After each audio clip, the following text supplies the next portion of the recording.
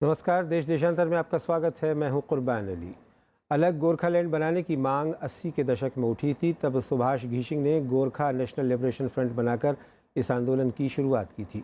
उस समय तर्क दिया गया था कि जब भाषा के आधार पर सभी राज्यों का गठन हुआ है तो गोरखालैंड को क्यों पश्चिम बंगाल में रखा जाए। पश्चिम बंगाल के दार्जिलिंग वाले इलाके के लोग नेपाली बोलते हैं, इसलिए उनकी लंबे समय से शिकायत रही है कि बंगाल सरकार उनके साथ भाषा के आधार पर भेदभाव करती है। तब पश्चिम बंगाल सरकार ने गोरखा नेशनल लिबरेशन फ्रंट के साथ समझौता किया था और दार्जिलिंग गोरखा हिल्स काउंसिल बनाने पर सहमति बनी थी। फिर करीब 20 सालों तक इस पहाड़ी ज़िले में शांति रही, मगर बिमल गुरांग ने जब गोरखा नेशनल लिबरेशन फ्रंट से अलग होकर गोरखा जन मुक्ति मोर्चे का गठन किया और 3 नए राज्यों का गठन हुआ तो इस मांग को और बल मिला। गोरखा जन मुक्ति मोर्चा को अपने आंदोलन को धार देने का मौका उस समय इसलिए भी मिल गया कि पश्चिम बंगाल सरकार ने आदेश दिया है कि राज्य के सभी स्कूलों में अनिवार्य रूप से बांग्ला भाषा पढ़ाई जाए।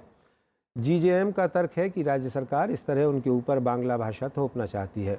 भाषा के आधार पर एक बार फिर अलग गोरखालैंड की मांग के हिंसक रुख अख्तियार कर लेने से 3 आंदोलनकारी मारे जा चुके हैं और कई घायल हो गए हैं।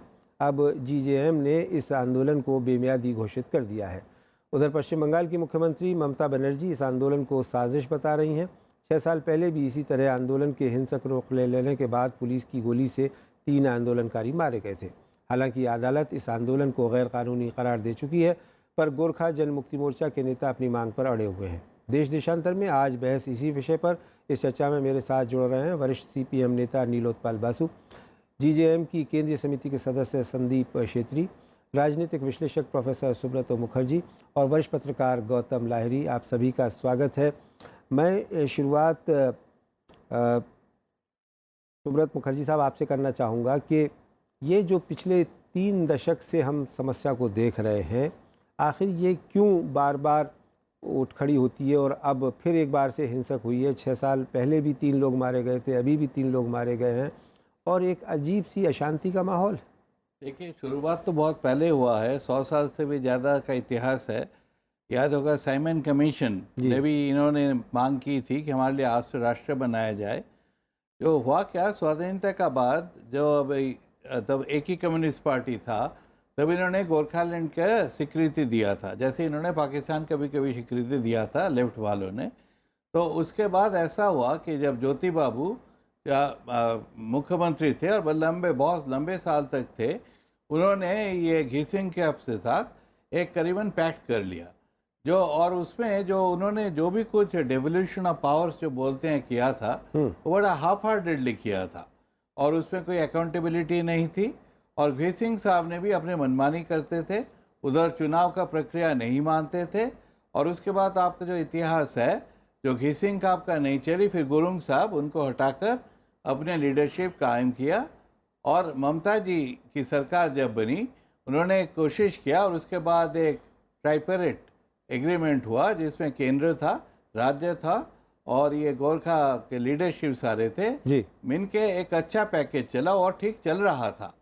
मैं ये भी कहूँगा, कभी गुरुंग ने कहा था जो मदर ऑफ हिल्स, जो पूरा पहाड़ का माँ, ममता को इस बोल के बुलाते थे।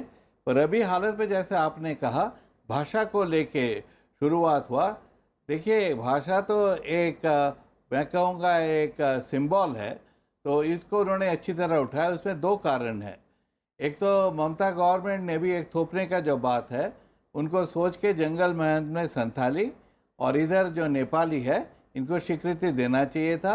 और दूसरा, इनके लिए जो परेशानी थी कि 10-15 दिन बाद इनका टर्म खत्म हो रहा है, चुनाव हो रहा है और चुनाव में इनका जीतने का आशा पूरा नहीं था, क्योंकि तृणमूल काफ़ी हिल्स में आगे बढ़ाया और काफ़ी जगह इनसे आगे चली गई। तो बहुत सारे चीज़ें एक साथ हो गया और इससे ये सिचुएशन बहुत गड़बड़ाया। मैं आता हूँ आपके पास प्रोफेसर साहब। संदीप छेत्री साहब, आपका जीजेएम आंदोलन कर रहा है इस मामले को लेकर के। अभी पिछले 20 साल से जब शांति, तो अचानक ये क्या हो गया कि फिर से आप लोग आंदोलित हो गए? ना, 20 साल से शांति नहीं, बात ये है कि 1907 से जी एक अलग सेटअप का बात चल रहा, जब हिलमैन एसोसिएशन से। ये मांग बहुत ही पुराना मांग है। देखिए, गोरखाओं का देश निर्माण में एक बहुत बड़ा योगदान है। आप फ्रीडम फाइटर हमारे शहीद दुर्गा मल्ला से शुरू कीजिए, हमारे जो जनगण मन के जो म्यूजिक दिए हमारे राम सिंह ठाकुर जी से आप देख लीजिए। तो लेकिन गोरखाओं को भारतवर्ष में न्याय नहीं मिला। अभी हम लोग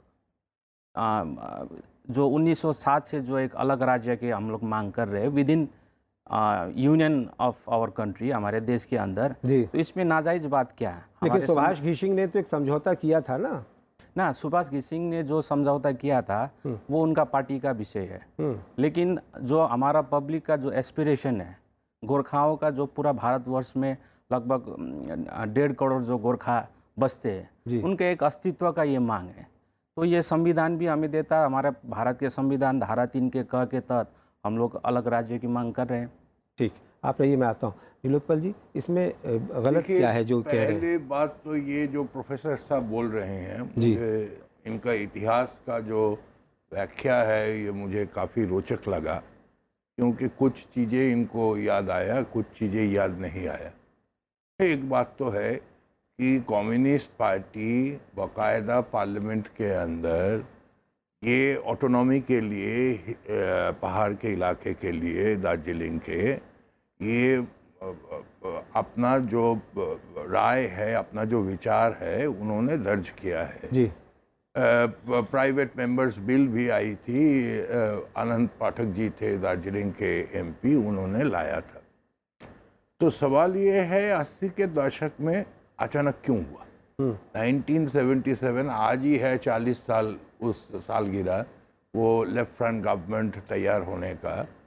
तो 80 में जाके क्यों ये आंदोलन शुरू हुआ, पहले क्यों नहीं हुआ? इसका कारण है कि कुछ ताकतें उसको उस्काया था और वो उसकाने के बाद उन्होंने शुरुआती दौर में छेत्री जी को मैं थोड़ा सुधार देना चाहता हूँ कि यूनियन के अंदर एक प्रदेश का मांग नहीं उठा था, बल्कि एक आज़ाद राष्ट्र के तौर पे गोरखा लैंड को स्थापित करने का मांग उठा था। फिर बाद में और वहाँ पे नेपाली भाषी बहुत सारे लोग जो ट्रेड यूनियन के कार्यकर्ता थे, दूसरे आंदोलन में थे, वो भी विरोध किया। फिर ज्योति बासु जी ने उनके साथ बातचीत के ज़रिए, वार्ता करने के ज़रिए दार्जिलिंग गोरखा हिल काउंसिल का गठन किया, जिसमें साफ तौर पे ये कहा गया था कि हम अलग गोरखा लैंड का जो मांग है इसको हम हटा लेते।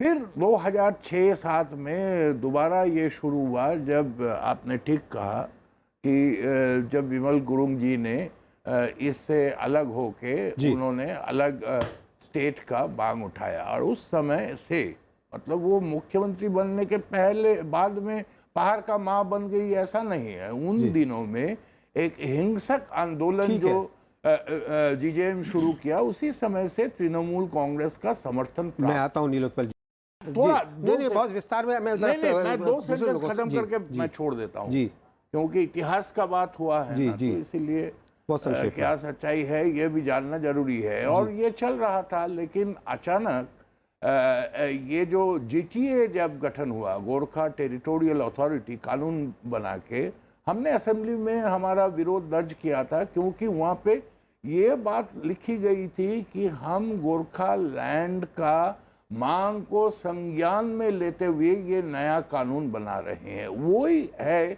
बीज जिसके चलते ये सब शुरू हुआ है। और आज तो भाषा का सवाल जरूर है, लेकिन साथ साथ पिछले दिनों में जीटीए के साथ जो व्यवहार राज्य सरकार से हुई है, उसमें भी बहुत सारा सौतेलापन हुआ है। गौतम लाहिड़ी साहब, आप क्या कहना चाहेंगे कि ये जो आंदोलन जिस तरह से चल रहा है, और अभी जिस तरह से प्रोफेसर सुब्रता मुखर्जी, नीलोत्पल बासु और संदीप छेत्री साहब ने अपनी बात रखी, इससे आप सहमत हैं या इसके अलग भी कुछ कहना चाहेंगे? नहीं, सबसे शुरू में तो मैं 3 बात बोलना चाहता हूँ। एक है कि ये मेरा अनुभव है पत्रकार के नाते, कोई भी केंद्रीय सरकार कभी उस एरिया को देखते हुए, जो स्ट्रैटेजिक एरिया माना जाता है, जिसको पॉपुलरली चिकन नेक कहा जाता है, इसको कोई अलग राज्य बनाएगा नहीं। जो गोरखा का टॉप लीडरशिप है, इनको ये मालूम है, ये बोलते नहीं है गोरखा उसके बीच के, ये स्वाभाविक है, सबको एक भावना है। सारे गोरखा लोग मानते हैं कि एक अलग राज्य होना चाहिए, वो अलग बात है।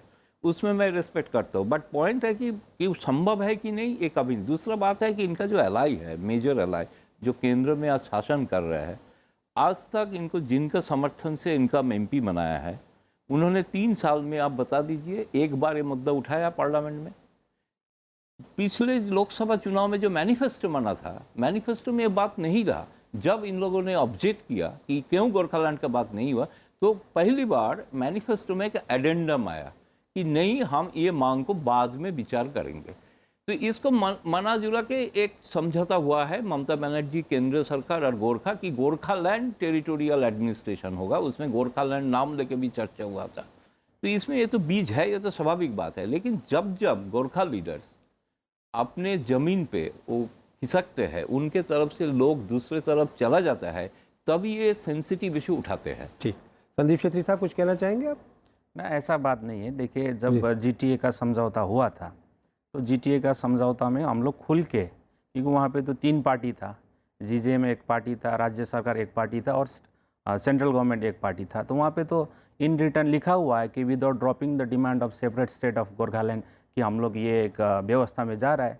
ये एक इंटरिम व्यवस्था था, तो जो अभी फेलियर हो चुका है, क्योंकि एक तो पब्लिक एस्पिरेशन का भी बात है, और रहा बात जिस तरीक़ा से ममता गवर्नमेंट इसको हस्तक्षेप किया हर चीज़ में, तो ये तो फेलियर हो चुका है। देखिए, तो वहाँ पे जो एग्रीमेंट में जो केंद्र सरकार है, राज्य सरकार है, हम लोग है, उसमें हम लोग उल्लेख किए हैं कि हम लोग इस मांग को बिना ड्रॉप किए हम लोग इस व्यवस्था में जा रहे हैं। तो अभी जीटीए का अभी ये जो पूरा चीज़ है, ये अभी हम लोग ड्रॉप कर रहे हैं हम लोग का तरफ से, और हम लोग अलग राज्य मैं छेत्री जी से एक सवाल करना चाहता हूँ। छेत्री जी, आपने क्या ये मीडिया रिपोर्ट देखा है जिसमें राहुल सिन्हा, बीजेपी का पूर्व अध्यक्ष, ये साफ तौर पे बोला है कि हमने गोरखालैंड के बारे में जो कुछ बोला था चुनाव के दौरान, वो चुनावी समर्थन हासिल करने के लिए, लेकिन वो हमारा मन की बात नहीं है, वो मन की बात के तौर पे बात करते हैं। तो और ये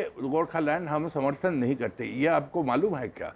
ऐसा बयान आया है। इसका जवाब दें, फिर मैं आगे बढ़ता हूँ। जी देखिए, राहुल सिन्हा जी क्या बोल रहे हैं, क्या बोल नहीं रहे, मुझे पता नहीं है। लेकिन बीजेपी का जो हम लोग 2009 साल में उन लोग के साथ गठबंधन किया, फिर जाके 2014 में ही किया, तो उसमें उनका जो चुनावी जो मैनिफेस्टो है, उसमें उन लोग लिखा हुआ है कि हम लोग गोरखाओं का जो लॉन्ग पेंडिंग डिमांड है, उसको हम लोग उसको हम लोग सिंपैथी, उनको बोलने दीजिए। जी देखिए, उसमें उल्लेख किया है कि we will consider sympathetically consider the long pending demand of Gorkhas and Adivasis of Darjeeling, sympathetically consider, लेकिन करने की बात नहीं हुई है। देखिए, आप कान को इस तरफ से पकड़िए या इस तरफ से पकड़िए, लॉन्ग पेंडिंग डिमांड बोलने से क्या समझ में आता है? जी नहीं, वायदा तो नहीं है ना कि करेंगे, कंसीडर करेंगे, विचार करेंगे। तो विचार तो 5 साल, 10 साल, 20 साल हो सकता है, लेकिन देखिए, इसलिए तो आंदोलन हो रहा है। चलिए ठीक है। प्रोफेसर सुब्रता मुखर्जी, अभी जो यहाँ चर्चा हुई, उसके बाद आप किस निष्कर्ष पर पहुँचते हैं कि क्या इस मसले का कोई हल आपको दिखाई देता है? क्या जो इसमें स्टेक होल्डर्स हैं वो सिंसियर और सीरियस हैं? देखिए, इसका सल्यूशन तभी निकलेगा जब दोनों तरफ से एक, जैसे गांधी जी बोलते थे, ब्यूटी ऑफ कंप्रोमाइज़, एक दिशा हम ढूंढे जिसमें जैसे इंटरकुलेटर्स कुछ लोगों को मान ले और उसके बाद ये आगे बढ़ सकता है। क्योंकि देखिए, अभी हाई कोर्ट ने इसे इलीगल डिक्लेयर कर दिया, फिर भी चल रहा है। साधारण जीवन ठप है, इंटरनेट काम नहीं कर रहा है, फार्मेसी के बिना कोई दुकान खुला नहीं हुआ, ये स्थिति चल नहीं सकती। और इसके साथ और एक भी है, अभी आप देखेंगे सिलीगुड़ी, जैसे मुसौरी के लिए देहरादून है, पूरा नॉर्थ ईस्ट के लिए आपका सिलीगुड़ी है, सिलीगुड़ी में भी कोई शांति प्रस्ताव के लिए लोग उत्साह नहीं दिखा रहे हैं। तो पहले सबसे बड़ी चीज़ है, तीनों जो पार्टी है उनको करना है कॉन्फिडेंस बिल्डिंग एक्सरसाइज। और देखिए, हिंदुस्तान में हर जगह मिले जुले लोग रहते हैं, कॉम्पोजिट नेशनलिज्म का देश है, ये मान के फिर हम आगे बढ़ना चाहिए। और ये भी मानना चाहिए कि आप एक चुनाव हारेंगे, इस शंका से आप पूरा ये एक मूवमेंट आगे बढ़ाओ, ये शोभा नहीं देती। रिजोत्पल जी, अभी आपने जो कहा कि जिस तरह का एग्रीमेंट आपके नेता ज्योति बसु ने किया था सुभाष घिसिंग के साथ, वही रहना चाहिए, और ये जो लोग आंदोलन कर रहे हैं, जीजेएम वाले लोग, इनकी बात नहीं सुनी जानी चाहिए? देखिए, 1987 और 2017 में 30 साल का फर्क है जी। तो इसीलिए आज जो स्थिति है उसी के आधार पे कोई बातचीत होके हल ढूंढना चाहिए। हमारा पॉइंट है कि मुख्यमंत्री जी इस सवाल को अगर एक तरफा समाधान करने के लिए अगर एक तरफा कदम उठाएंगे जैसे कर रहे हैं, वो गोलीबारी हो रहा है, चीफ एग्जीक्यूटिव जो है जीटीए उसका घर में रेड हुआ है, उनका ऑफिस के ऊपर ताला लगा दिया गया है, ये बिल्कुल गैर लोकतांत्रिक है, ये नहीं होना चाहिए था। बातचीत सलाह मशवरा करके ही होगा। हमने स्पष्ट रूप से वाम मोर्चा से ये प्रस्ताव किया है कि एक सर्वदलीय बैठक बुलाना चाहिए पूरे स्टेट का। उन्होंने बुलाया है लेकिन वो खुद विदेश चले गए हैं और वो खुद नहीं रहेंगे। लोग जानते हैं पश्चिम बंगाल सरकार में एक ही आदमी है जो चलाते हैं और वो मुख्यमंत्री है। और दूसरी बात है, हमने बोला है कि जीटीए और राज्य सरकार और केंद्रीय सरकार, क्योंकि वो भी उस तीन तरफा जो समझौता हुआ था उसमें शामिल थे, उनको रहना चाहिए। छेत्री जी से हमारा रियली मतलब एक थोड़ा सा रहम है, इसलिए वो जो कुछ बोल रहे हैं बीजेपी के बारे में, लेकिन बीजेपी का जो एमपी हैं वो इलाके से, संयोग से वो मंत्री भी है केंद्रीय सरकार के, वो दिखाई नहीं दे रहा है। इनके कुछ लोग थोड़ा भावुक होकर वो बात का बयां भी कर दिया है, लेकिन हम ये देख रहे हैं कि जो दो सरकारें हैं, केंद्रीय सरकार और राज्य सरकार, क्योंकि इसमें कुछ स्ट्रैटेजिक मसाल भी है, जैसे गौतम जी इशारा कर रहे थे, तो ये तीनों पक्ष बैठ के शांतिपूर्ण तरीके से, क्योंकि ये राजनीतिक मामला है और दूसरा इसमें कुछ है नहीं। गौतम लाहिड़ी साहब, राज्य के शिक्षा मंत्री कहते हैं कि बांग्ला भाषा अनिवार्य रूप से सभी को पढ़ना होगा, और वो मुख्य मुद्दा यही है कि भाषा को लेकर के कि भाई हमारी भाषा का सम्मान नहीं किया जा रहा है, और एक तरह से राज्य सरकार लगातार चिढ़ाने वाले बयान दे रही है, और ये कुछ उसी तरह का है कि भाई आपको इस देश में रहना है तो फलां चीज़ कहनी होगी, फलां चीज़ करनी होगी, इसी तरह से राज्य सरकार की तरफ से कहा जाए। तो इसमें गलत क्या है अगर उनकी इस बात को माना जाए कि नेपाली या दूसरी भाषाएं भी उनको समझित? भाषा का बात तो कम्प्लीटली अलग ही है, क्योंकि मैं भी मानता हूं कि वो जो बयान दिया गया था, स्टेट एजुकेशन मिनिस्टर पहले दिया था, तो बाद में ममता जी उसको करेक्ट करने का कोशिश किया, लेकिन बिमल गुरुंग और इसका भी चाहिए था कि एक बहाना इस मुद्दे लेकर। अभी तो बांग्ला भाषा वहाँ पे कंपलसरी है नहीं, वो तो क्लियर कर चुका है, ना तो थपने जा रहा है, नहीं वो कह रहे कि करेंगे नहीं, लेकिन दार्जिलिंग में नहीं होगा। नहीं होगा, क्योंकि त्रिभाषा सूत्र वो बोल दिया कि बांग्ला भाषा वहाँ पे ऑप्शनल है, वो फोर्थ सब्जेक्ट भी कर सकते हैं, लेकिन वो नहीं था इशू कि बांग्ला इन लोगों के लिए ये सही बात है, किसी दूसरे जो बांग्ला भाषा नहीं बोलते हैं उनके ऊपर कोई भाषा थोपना, जैसे जो हिंदी नहीं बोलते हैं उसके ऊपर हिंदी थोपना, ये सही नहीं है, इनके कोई जायज़ है, सही है, बट इसको बहाना बना के जो गोरखालैंड तक चला गया मैं ये तो अगर स्टेट गवर्नमेंट के साथ बात करके आप ये बोलो कि एक बातचीत करके कि बांग्ला यहाँ पे कंपलसरी नहीं होगा, स्टेट गवर्नमेंट अगर नहीं मानेंगे तो स्टेट गवर्नमेंट को दोषी माना जाएगा। जी संदीप जी, अब आप कहिए। ठीक है, एक चीज़ यहाँ पे जो आ रहा है जो भाषा के लेके, देखिए भाषा के लेके पहले शिक्षा मंत्री ने एक स्टेटमेंट दिया, उसके बाद में सीएम ने जो इंस्टीट्यूशनल हेड सबको बुला के उन्होंने कहा, फिर उसके बाद में जब मिरिक में जो सभा हुआ था उस सभा में जब हम लोग का तरफ से जब वो एजिटेशन एक हायर लेवल पे गया तो उस समय उसको थोड़ा शांत करने के लिए मुख्यमंत्री ने वो बयान दिया। लेकिन जब दार्जिलिंग में कैबिनेट का उनका मीटिंग था, जब हम लोग ने वहाँ पे प्रदर्शन कर रहे थे, तो कैबिनेट का मीटिंग में उन्होंने रेजोल्यूशन करके क्यों नोटिफिकेशन नहीं किया कि हम लोग इसको जबरदस्ती लागू नहीं करेंगे। और दूसरा बात जो बार बार यहाँ उठ के आ रहा है कि भाषा का आधार बना के गोरखालैंड का, देखिए मैंने पहले भी बोला कि गोरखालैंड का मांग अभी का मांग नहीं है, बहुत पुराना मांग है। ठीक है। और जो समझौता में हम लोग गया है, जो 18 जुलाई 2011 में जो त्रिपक्षीय समझौता हुआ है उसमें तो उल्लेख किया हुआ है, इससे तो केंद्र सरकार भी वाकिफ है, राज्य सरकार भी वाकिफ है, तो इसमें भाषा का बहाना का कोई बात ही नहीं है। ठीक है, जिस तरीके से देखिए, बताइए कि आपकी तरफ से लगातार ये कहा जा रहा है कि आपका आंदोलन जारी रहेगा, हाई कोर्ट ने उस पर प्रतिबंध लगाया, तो क्या न्यायपालिका में आपका विश्वास नहीं है? देखिए, मैं न्यायपालिका का ऊपर में कोई टिप्पणी करना नहीं चाहता हूँ, लेकिन ये एक जन आंदोलन है, जिस तरीक़ा से देखिए अभी आदमी सड़क पे उतर के खाली दार्जिलिंग का आप छोड़िए, आज का डेट में सिलीगुड़ी में आप देखिए कम से कम 5-6 हज़ार आदमी निकल के गोरखालैंड का समर्थन में रैली किया। अभी यहाँ पे खाली नहीं, पूरा भारतवर्ष में, दिल्ली में जंतर मंतर में चल रहा है, आज मिजोरम में हो रहा है। तो देखिए मुझे लगता है कि इसको गंभीर होके ये एक राजनीतिक एक मुद्दा है, तो इसको एक गंभीर होके केंद्र सरकार को भी इसमें हस्तक्षेप करना चाहिए, राज्य सरकार को भी इसमें आगे बढ़ के आना चाहिए। लेकिन जिस तरीक़ा से जो तृणमूल सरकार है, अभी इन्होंने स्टेटमेंट दिया था कि ये लोग मतलब आतंकवाद है। देखिए, जो गोरखा देश के लिए अपना जान का बलिदान देता है, अभी भी कारगिल में कुछ होता है तो शहीद होने वालों में गोरखा सबसे आगे है, तो इन गोरखाओं को एक आतंकवादी का इन लोग ये धब्बा लगा दिया है। तो ऐसे थोड़ी राज्य चलता है। तो क्या केंद्र सरकार से इस सिलसिले में आपकी कोई बातचीत हुई है? आपके जो प्रतिनिधि हैं अहलुवालिया साहब, वो इसमें कोई आपको भरोसा दिलाया? जी, केंद्र सरकार से बातचीत चल रहा है। अभी 2-4 दिन में कुछ प्रोग्रेस होगा तो आप लोग को मालूम हो जाएगा। ठीक। नीलोत्पल जी, आप एक कांस्टेंट लाइन रख रहे हैं कि साहब तृणमूल भी गलत कर रही है, ये लोग भी कर रहे हैं, गलत कर रहे हैं, तो आपकी राय में सही रास्ता क्या है?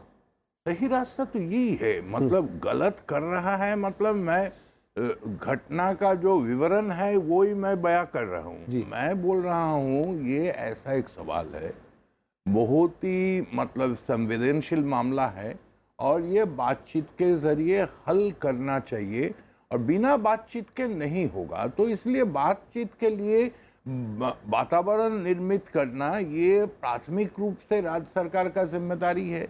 केंद्रीय सरकार को भी एक भूमिका लेना चाहिए और हमारे पहाड़ के नेपाली भाषी दोस्तों को भी इसमें एक ठोस भूमिका लेना चाहिए, क्योंकि देखिए एक चीज संदीप जी इनकार नहीं कर सकते। ठीक बात है कि तृणमूल कांग्रेस जिस किस्म का समझौता किया था 2011 में, उसमें उस बात का जिक्र था, लेकिन वो भी तो अभी तक वो सवाल नहीं उठा रहे। ठीक, मतलब अलग अलग जो सौतेलापन और जो वो कानून के प्रतिकूल जो व्यवहार मिल रहा था राज्य सरकार से, उन चीज़ों को भी मुखर रूप से वो उठाना, और खास करके उनके पास एमपी है, पार्लियामेंट में भी वो उठा सकते थे। ये 6 शेड्यूल का जो मामला आया था उस समय उन्होंने इसका विरोध किया था। तो वो 6 शेड्यूल का होता तो और भी अच्छे से पार्लियामेंट में उठ सकता था, वो भी नहीं किया इनका, पार्लियामेंट में भी ये सवाल नहीं आया। पूरा देश की जनमानस में एक्चुअली क्या मुद्दा है जिसके बारे में उनके हाथ में जो जो तरीका था, जरिया था, वो इस्तेमाल नहीं किया है। तो अभी चर्चा करना होगा, चर्चा करके हल करना होगा। देखिए 6 शेड्यूल में तो हो ही नहीं सकता, क्योंकि 6 शेड्यूल का जो बेसिस है उसमें ये गोरखा नहीं आ सकते। अच्छा, दूसरे तरफ है ये जो पूरा बात हो रहा है, जो ममता जी नहीं है कि हम मीटिंग में नहीं जाएंगे, ये तो बड़ा रेडिकुलस आइडिया है। हम भी कह सकते हैं ज्योति बासु नहीं है तो सीपीएम सरकार के साथ बात नहीं करेंगे। बात ये है उधर कंट्राडिक्शन बहुत ज्यादा है। रहते हुए भी आप तृणमूल देखिए, आप तो मैंने नहीं रोका, आपने मुझे रोकिए। तो उसमें देखिए अभी जो एक लोकल यूनिट बीजेपी नेशनल में प्रॉब्लम है, कंट्राडिक्शंस है, जैसे आसाम बीजेपी और नेशनल बीजेपी में बहुत फर्क है। इसलिए हमको मान के चलना चाहिए India is a nation of major contradictions. उसके अंदर आपको करना चाहिए और उसमें गिव एंड टेक करके आपको एक सोल्यूशन लाना है। उस दिशा में जब तक हम नहीं जाएंगे तब तक ये तनाव चलेगा। गौतम लाहिड़ी साहब, आपकी आखिरी टिप्पणी इस समस्या का समाधान? टिप्पणी ये होगा कि ये जो ट्राइपार्टाइट एग्रीमेंट हुआ था, इसमें सेंट्रल गवर्नमेंट, गृह मंत्रालय is one of the party as equal party to state government and Gorkhas. तो इनका एक रोल होता है।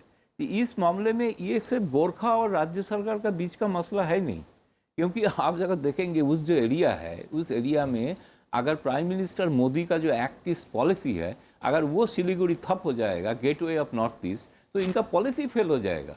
इसलिए केंद्र सरकार का रोल उसको अदा करना, निभाना है। इसलिए इनको बुलाना चाहिए सबको, और बुला के बैठ के कोई अगर वो ट्राइपार्टाइट एग्रीमेंट सफल नहीं हुआ, उसे कैसे सफल किया जाए, आउट बेटर कैसे किया जाए, वो कर सकते हैं।